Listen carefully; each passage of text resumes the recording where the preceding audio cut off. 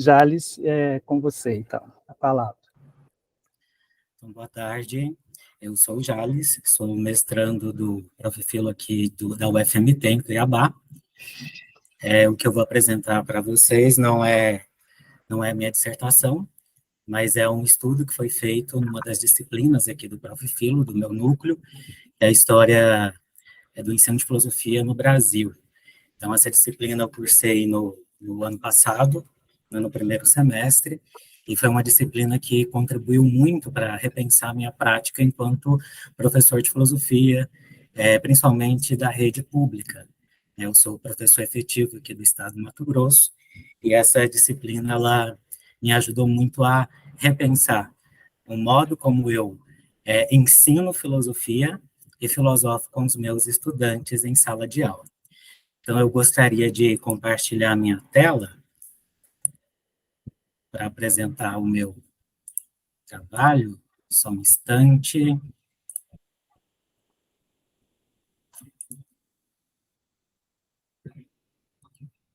Vocês conseguem ver a minha apresentação? Sim. Sim, né? Tá passando? Consegue passar os slides? Tá Sim, passando. né? Então, tá bom. O título da minha apresentação é um estudo decolonial sobre os livros didáticos de filosofia, distribuídos pelo PNLD de 2012, 15 e 18. Então, essas 3 edições do PNLD de filosofia, eu fiz uma análise breve, né, a respeito do conteúdo desses materiais didáticos que foram adquiridos pelo governo federal e foram distribuídos para as escolas públicas do Brasil inteiro. E aí o objetivo desse estudo foi identificar nos livros didáticos de filosofia, distribuídos pelo PNLD nessas 3 edições, a presença de filosofias ou filósofos ou filosofias ou filósofos latino-americanos. O segundo objetivo foi analisar como são apresentados os cenários, as paisagens e os povos latinos-americanos nas figuras e imagens desses mesmos livros didáticos de filosofia. E o terceiro e último objetivo foi refletir sobre as ausências e as presenças de filosofias e filósofos não europeus nos livros didáticos de filosofia do PNLD. Diante, né, dessa avaliação, desse estudo desses livros didáticos, surgiu como problema central a seguinte questão: qual a relevância dada ao pensamento filosófico latino-americano ou brasileiro nos nossos livros de filosofia? Esses livros que nós utilizamos praticamente em todas as nossas aulas, esses livros de filosofia que muitas vezes são os únicos livros com conteúdo filosófico que os nossos estudantes vão ter, né, vão tocar, né, vão ter em suas mãos. Então, qual a relevância que esses materiais dão à filosofia que é produzida aqui no Brasil ou na nossa região do mundo, que é a América Latina? Como referenciais teóricos, eu utilizei o texto Dom Quixote, Os Moinhos de Vento na América Latina, do Aníbal Quijano, que é um sociólogo peruano. Também utilizei o livro Crítica da Razão Tupiniquim, né, do Roberto Gomes, filósofo brasileiro, e um capítulo intitulado Uma Mirada sobre a América Latina, do Rony Silveira, e alguns outros artigos que tratavam de temáticas semelhantes, do livro didático no Brasil, do livro didático de filosofia. E aí, fazendo esse levantamento dos livros que foram distribuídos pelo PNLD nessas edições de 2012, 15 e 18, eu identifiquei 9, né, livros que foram aprovados, né, e distribuídos, que são esses aqui que estão em ordem alfabética. Alguns foram distribuídos nas 3 edições, outros 1, 2, né, então por isso que eu coloquei eles em ordem alfabética para apresentá-los. O primeiro é o Diálogo, Primeiros Estudos em Filosofia, que é do Ricardo Melani. O segundo, que eu já usei em sala de aula, que é da Maria Lúcia de Arruda Aranha e da Maria Helena Pires Martins, Filosofando, Introdução à Filosofia, um livro bem antigo, né, bem anterior ao PNLD, de filosofia. O livro do Silvio Galo, que também eu já usei em sala de aula, aqui no Mato Grosso, que é Filosofia e Experiência do Pensamento. Esses outros três, que é filosofia e filosofias, existência e sentidos, que ele é do Juvenal Savian Filho, filosofia por a inteligência da complexidade, do Celito Maia, filosofia, temas e percursos, que foi organizado pelo Vinícius de Figueiredo, e esses três últimos que são Fundamentos da Filosofia, né, do Gilberto Coutrin e Mirna Fernandes, da Marilena Chauí, também, que é um livro mais antigo, e também foi adquirido pelo PNLD, que é a Iniciação em Filosofia, da Marilena Chauí, e o último, completando os 9 livros do PNLD dessas 3 edições, é Reflexões, Filosofia e Cotidiano. Então, quando naquela disciplina de História do Ensino de Filosofia aqui no Brasil, estávamos falando sobre decolonialidade, sobre o modo como nós apresentamos os conteúdos de filosofia e a prática do exercício do filosofar em sala de aula, sempre pairou, né, que nós ensinávamos um pensamento que era estranho à nossa realidade. Né? A filosofia ela não é exclusividade de um único povo, ela não é exclusividade de um único grupo de pessoas, mas ela é uma experiência que qualquer ser humano pode desenvolver, pode exercitar. Mas por que a ênfase dada apenas a alguns poucos filósofos, e principalmente a filósofos europeus? É claro que, para responder essa questão, demandaria muito mais tempo do que nós temos, isso porque levaria em consideração a definição do que é filosofia, do que é ensinar filosofia, né, do que é considerado filósofo e a filósofa, mas, assim, grosso modo, foi uma espécie de provocação em nós mestrandos, ali daquela turma do Prof. Filo, uma provocação também enquanto professores e professoras de filosofia, né, até que ponto que nós estamos ensinando, ou tentando experimentar em sala de aula enquanto filosofia, é um pensamento nosso, produzido dentro da nossa realidade, enquanto povo brasileiro, ou membro do continente latino-americano. E aí eu trouxe para essa comunicação o comentário de 2 obras, que é a primeira que eu mais gostei, nunca trabalhei com esse livro, mas com o estudo eu gostei muito, é do José Antônio Vasconcelos, né, o livro Reflexões, Filosofia e Cotidiano.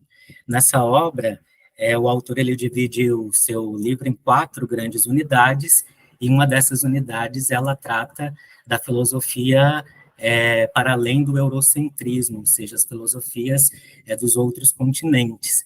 Então, ele fala da África, ele traz elementos da América Latina, ele traz elementos da Ásia, né? Eu acho que isso enriquece muito a experiência filosófica em sala de aula, porque a gente não fica voltado apenas para os europeus. Né? Por exemplo, o capítulo 15 da unidade 4, ela chama Filosofia Oriental. Né? Então, existe uma pretensa origem da filosofia no Oriente, né? Que não é ainda um consenso, mas o autor ele coloca isso no livro, ele traz esses elementos da cultura oriental e também das experiências filosóficas dali. O capítulo 16 dessa mesma unidade 4 são as filosofias africanas e afrodescendentes. Então, ele abre espaço para outras experiências filosóficas. E uma coisa que eu foquei bastante no estudo é o aspecto imagético desses materiais didáticos, porque muitas vezes, quando a gente fala da periferia do mundo capitalista, a gente sempre tende a ilustrar com algo feio, com algo relacionado à pobreza, marginalização, e nesse livro não, ele mostra pessoas que não são europeias, e são pessoas que estão felizes, que mostram o seu lado mais bonito, e não o lado feio, né, das suas vivências. Então, aqui é o capítulo 16 do livro do José Vasconcelos. Capítulo 17 fala de filosofias feministas e seus desdobramentos. Então, assim, não é um box ali dentro de um capítulo, não é um texto complementar, é um capítulo inteiro dentro de uma unidade inteira que trata de um assunto que não é considerada clássica, né, tanto no universo da escola da educação básica, quanto da tradição da academia, né? E aí as imagens, né, a parada LGBTQIA+, ali de São Paulo e assim por diante. Então, estampa o próprio capítulo. Eu acho que isso tem um valor muito grande. Tem aqui dentro desse capítulo também textos como esse, né, nem patriarcado, nem matriarcado, apenas o cuidado, né, que fala sobre a não exclusividade do cuidado ser da mulher, mas do ser humano de modo geral, que deve aprender a dimensão do cuidado, né, com o outro, com os membros da família, assim por diante, que é mais isso. E aí nós temos aqui a segunda obra, a obra da Marilena Chaui, que é a Iniciação à Filosofia. Ela também traz no seu livro alguns elementos da cultura brasileira, alguns elementos da experiência filosófica no Brasil. Nesse caso, o capítulo 2, que é o título que é Filosofia, o que é a filosofia, ela ilustra com uma foto da experiência do Paulo Freire em alfabetizar trabalhadores rurais.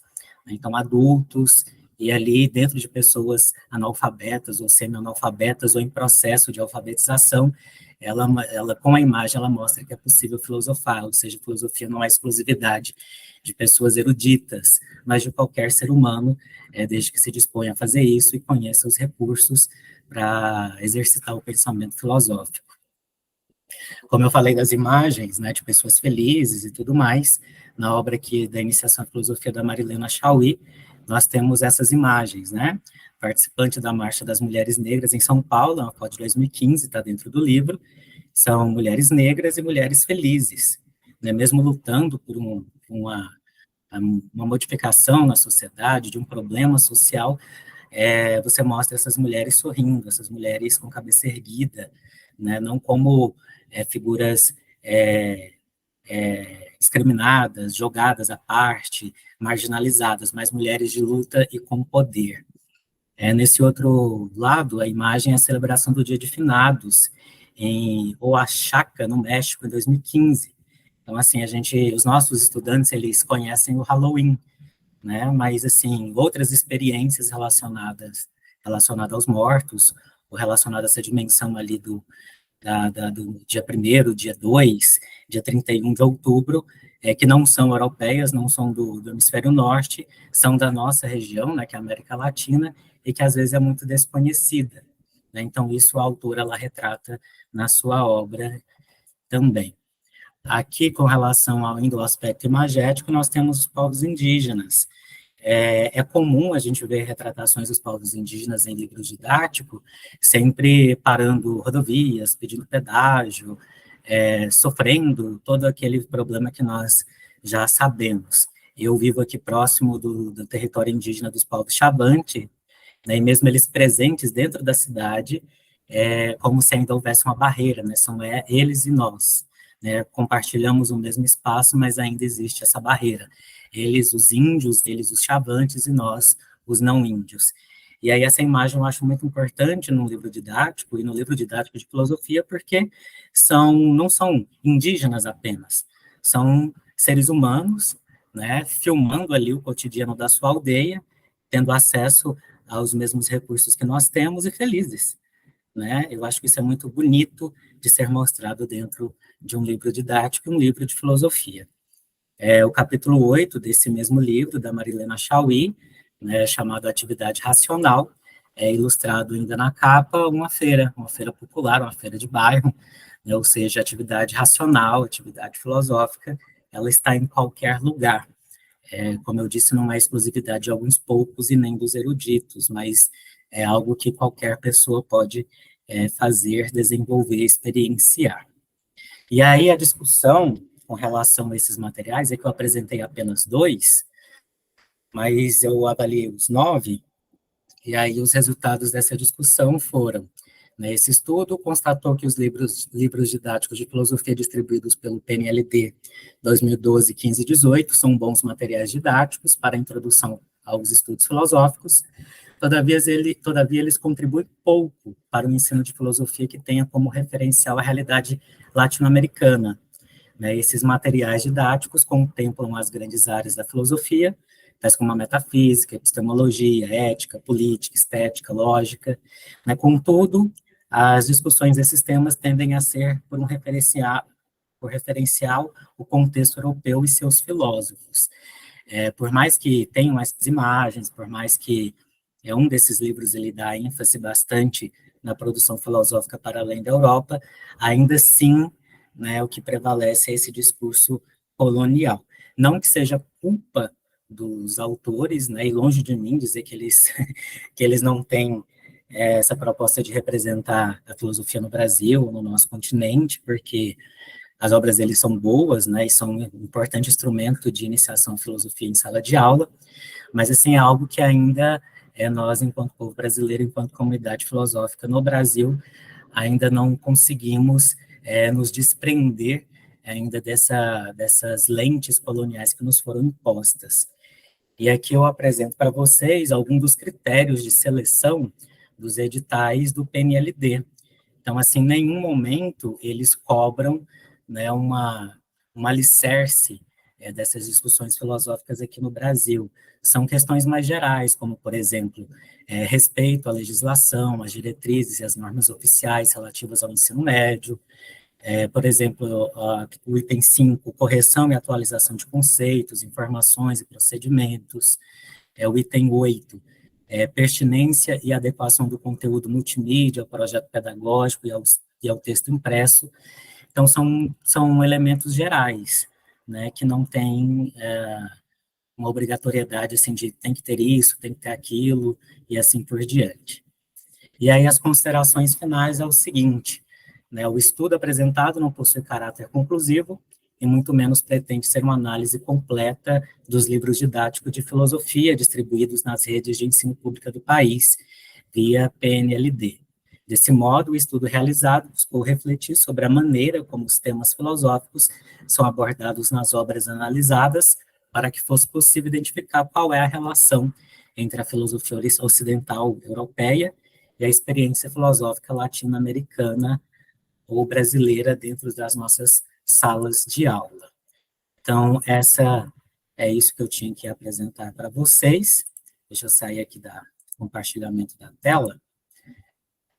Né? E eu confesso a vocês, eu acho que o meu tempo já está no finalzinho, mas confesso a vocês que falar desse assunto me causa um certo mal... Ainda? Falei muito rápido.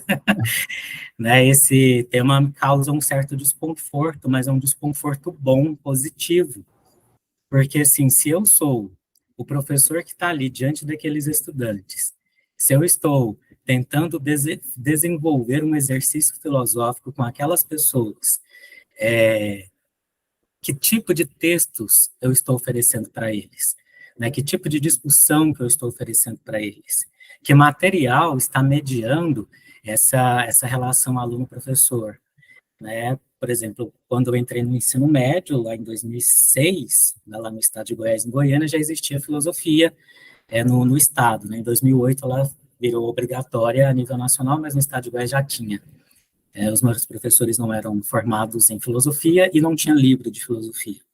Hoje, enquanto eu sou professor na rede pública, tem livro de filosofia, e mesmo que esses conteúdos que eu apresentei para vocês, coloque lá questões de gênero, questões dos povos afrodescendentes, das mulheres, ainda assim é uma página, eu posso simplesmente virar a página.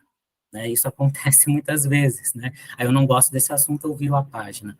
Então, assim, de que modo, né, o professor, a professora, enquanto agente da filosofia em sala de aula, enquanto aquele que está mediando o processo filosófico, coloca em debate esses assuntos. Se nos nossos livros didáticos esses assuntos eles ainda são escassos, como é que eu trabalho isso se eu não tenho material, né? Então, assim, eu não sou especialista, minha pesquisa não é voltada para a decolonialidade, mas enquanto professor, né, isso me causa um certo mal-estar, né, porque parece que ainda eu estou reproduzindo o discurso que é muito colonial e muito distante da realidade dos nossos alunos. E não só como professores de filosofia, mas como professores de modo geral, a gente sempre se pergunta, parece que os nossos alunos, nossos estudantes, eles não estão interessados nas nossas aulas. Talvez esses assuntos não lhes interessem. Né? Falar, por exemplo, de mônadas, né? Falar, sei lá, da ética do dever, talvez está muito distante. Né? Talvez o conteúdo não, mas os termos, a abordagem esteja muito distante daquilo que eles vivem ao longo do seu dia a dia. Então, é mais ou menos isso. né? Obrigado pelo espaço.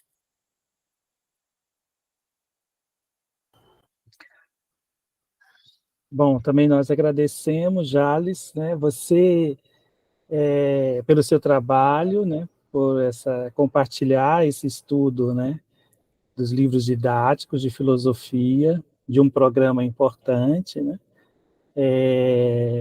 para as escolas públicas brasileiras. Você está numa região do Mato Grosso do Araguaia? Só para Sim, eu estou no Vale do Araguaia, é sim. a cerca de 240 quilômetros de Barra do Garças. A minha cidade chama Água Boa. É entre Sim. Barra do Garças, Confresa, São Félix do Araguaia, no Certo. meio. Certo. Porque eu sou do Mato Grosso, por isso que eu estou perguntando. Ah, é? Sim. Mas a questão não é essa, eu quero assim, conversar um pouco mais com você, né, assim, em relação a essa sua experiência, né, de análise dos livros didáticos, nessa busca desses cenários, né, que contemplasse uma perspectiva, né, mais decolonial, de certa forma, mais próxima das nossas paisagens, né, dos nossos cenários latino-americano, brasileiro, etc., né? Enfim.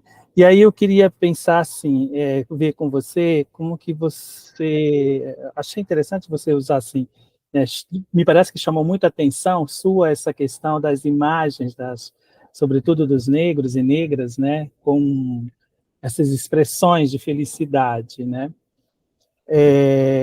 Mas você deparou nessas análises ainda com representação, com cenários, vamos dizer assim, negativos sobre sobretudo quando se pensa na representação da diversidade, né, de pessoas ou de espacialidade, né, de cultura, se isso ainda ainda escapa, né, nesses materiais que foram da qual você dedicou um olhar, né, mais analítico, né?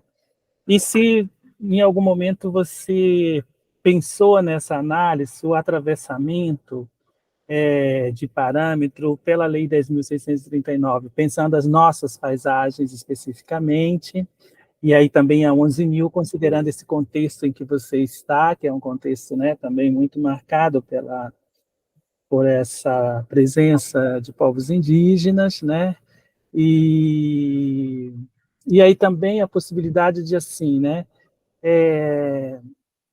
como você tem lidado, como já agora pensando na sua experiência, né, como professor de filosofia, porque muitas vezes a gente não atenta muito no ensino, né, ao texto-imagem, né? A gente sempre fica no texto, na textualidade das palavras, né?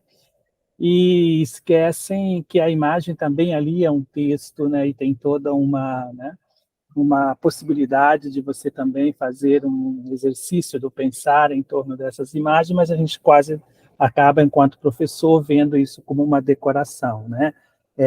Sei lá, mas enfim, aí eu queria que você também falasse um pouco sobre isso. E também eu quero até pedir desculpa para a sala, a gente vai abrir depois que o Jales falar, para uma ou duas pessoas também, se quiser dialogar, né, já que eu estou sozinha aqui também, acho que a gente pode compartilhar para alguém também que está na sala, que tem interesse de fazer um diálogo, uma pergunta, né, para o Jales também, a partir de agora vai estar aberto. Me desculpa de não ter compartilhado essa possibilidade desde das primeiras apresentações. Jales, Natinho. Sim. Esses livros, os 9 livros, né, que foram avaliados, eles contemplam temáticas aqui da nossa realidade. A maioria das vezes são temáticas mais próximas dos centros urbanos maiores, né, das grandes cidades. E eu estou falando, né, eu sou de Goiânia, né, estou no Mato Grosso há quase 4 anos.